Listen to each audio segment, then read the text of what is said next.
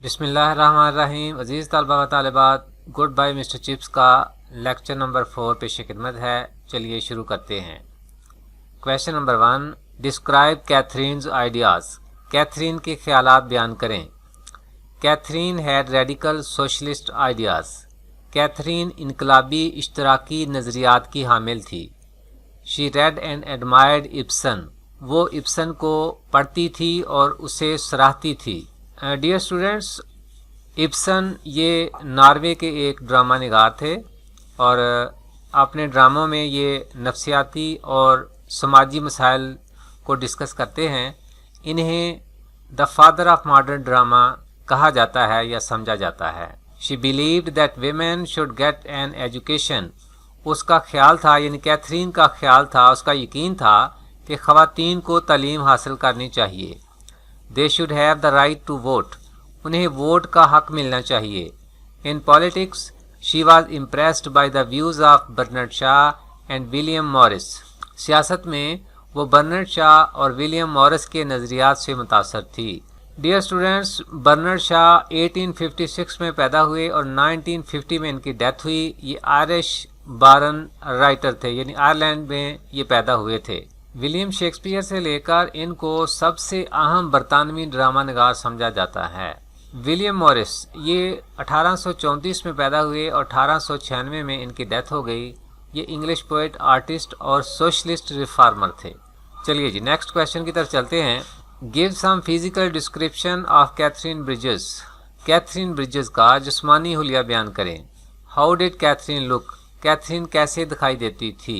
What was the profession of Katherine Bridges. Katherine Bridges کا پیشہ کیا تھا۔ کیتھرین برجز کا پیشہ کیا تھا۔ Catherine was a beautiful young girl. کیتھرین ایک خوبصورت نوجوان لڑکی تھی۔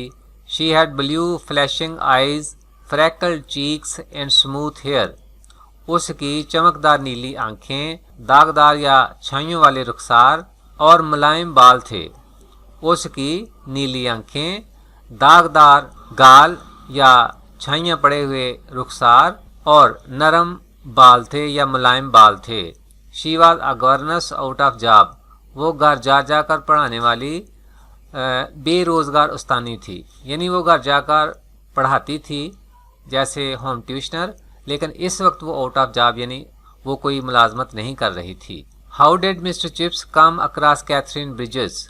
مسٹر چپس کی کیتھرین برجز سے ملاقات کیسے ہوئی۔ What is the most interesting incident of the novel. Novel کا سب سے زیادہ دلچسپ واقعہ کون سا ہے۔ Describe it briefly. اسے مختصر بیان کریں۔ He went with mister chips to the leak district. Mister chips کے ساتھ لیک ڈسٹرکٹ کون گیا تھا۔ تو ان سوالات میں سے کوئی بھی ایک آ جائے تو ہر ایک کا جواب یہ ہوگا۔ In 1896 Mr Chips went to the leak District. 1896 میں مسٹر چپس لیک ڈسٹرکٹ گئے۔ لیک ڈسٹرکٹ یہ انگلینڈ کا مشہور سیاحتی ضلع ہے۔ یہاں لوگ سیر و سیاحت کے لیے آتے ہیں، نہ صرف انگلینڈ سے بلکہ دنیا بھر سے۔ One day climbing on Great Gable he saw a girl waving from a rock. ایک دن گریٹ گیبل نام کی پہاڑی چوٹی پر چڑھتے ہوئے اس نے ایک لڑکی کو دیکھا جو کہ ایک چٹان پر کھڑی ہاتھ ہلا رہی تھی۔